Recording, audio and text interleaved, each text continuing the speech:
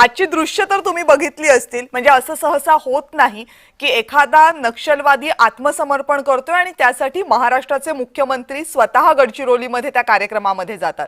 जर मुख्यमंत्र्यांनी आपले सगळे कार्यक्रम सोडून या नक्षलवाद्याच्या आत्मसमर्पणासाठी प्रसंगी मी जंगलातही जाईन असं म्हटलं असेल तर इतका महत्त्वाचा का होता हा नक्षलवादी भूपती?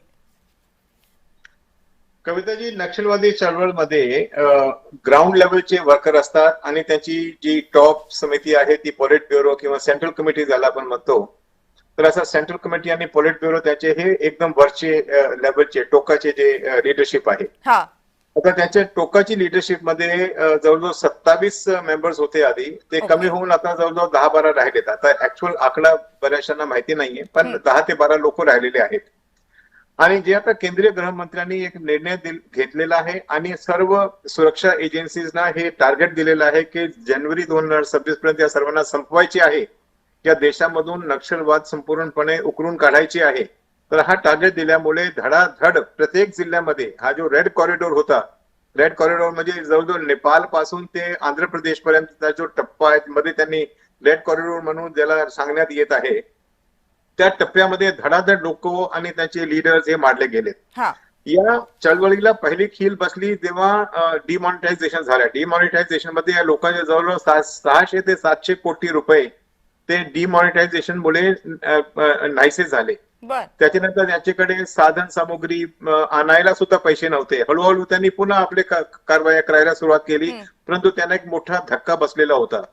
त्याच्यानंतर दुसरा हा जो एक प्लॅन्ड आणि ऑर्गनाइज्ड मोहीम सुरू केली त्याच्या विरुद्ध, ज्याच्यामध्ये पोलिसांना संपूर्णपणे त्यांना मोकळा रान दिला की तुम्ही जाऊन जे काही तुम्हाला करायचे, पण या प्रॉब्लेमला समूल नाश करायची आहे. हा त्याचा दुसरा टप्पा झाला.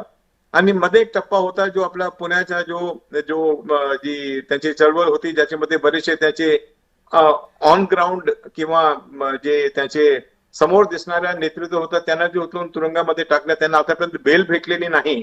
स्टॅन स्वामी सारख्या माणसाला जो अपाहिज होता त्या माणसाला सुद्धा बेल देण्यात आलेली नाही. हा त्यांना तिसरा एक मोठा धक्का होता.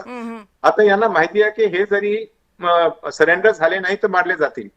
अबू जमाड जो एरिया आहे त्या एरियामध्ये पोलीस बल क्वचितच शिरायचे. म्हणजे तो एक एरिया असा होता की ज्या ठिकाणी याचा एक छत्र राज्य होता.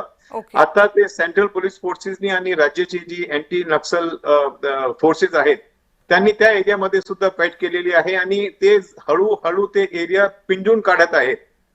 आणि जेव्हा ते अबू जमाड त्या सेंटरमध्ये पोहोचतील तो म्हणजे नक्षलवादचा संपूर्णपणे अंत असा समजला पाहिजे आणि तो अंत एकदम जवळ